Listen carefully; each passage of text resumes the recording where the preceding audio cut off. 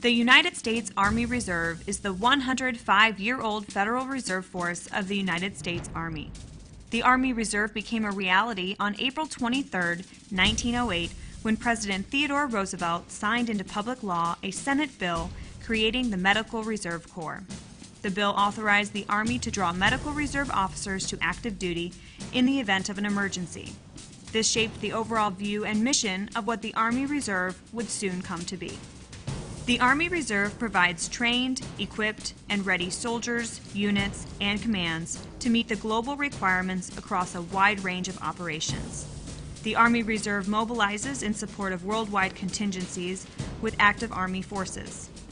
Over the years, the Army Reserve transitioned from a strategic force used as a last resort to an operational force of first responders who joined with the active Army to defend this great nation. The Army Reserve evolved over the past 105 years, but the overall mission remains the same. Since its inception, the Army Reserve has served in several major wars.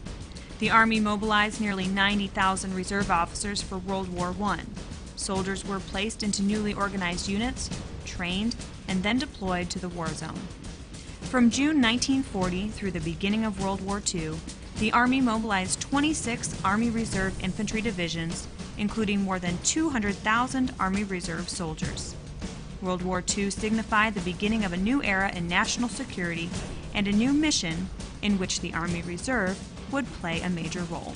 After World War II, the U.S. faced new policies, where a large military force was required during peacetime to implement a new foreign policy. Units of the military force needed to be manned, trained, equipped, and ready to deploy at all times to a combat zone with just a few months' notice. The Korean War saw more than 240,000 Army Reserve soldiers called to active duty, and more than 70 Army Reserve units served in the war. That number reflected the Army's need for trained and ready soldiers during peacetime and wartime efforts. The lessons learned from the Korean War set the precedent for the Army Reserve readiness in future mobilizations. After Vietnam and the end of the draft, a new policy known as the Abrams Doctrine placed an increased reliance on the reserve units for rapid deployment. After 1967, the Army Reserve became more oriented to combat support and combat service support. The fall of the Berlin Wall and the end of the Cold War in 1989 led the U.S. to focus on implementing a global peacekeeping mission, a detailed military budget, and an active military force. Congress intended to leverage the reserve components to make up the difference. This required the Army Reserve to be equipped, manned, and trained at the same levels of the active Army. Over the next 20 years, the Army Reserve would serve as the operational reserve. To improve overall combat readiness, Congress created the United States Army Reserve Command, USARC, in October 1990 to provide a more centralized management. In 1990, the invasion of Kuwait led to the largest call-up of reserve personnel since the Korean War. More than 84,000 Army reservists provided combat support and combat service support. On September 11, 2001, terrorists attacked the World Trade Center in New York City and the Pentagon in Washington, D.C. 3 days later, President George W. Bush ordered a partial mobilization of the reserve forces. Since the attacks of 9/11, the Army Reserve mobilized over 210,000 Army Reserve soldiers in support of the global war on terrorism.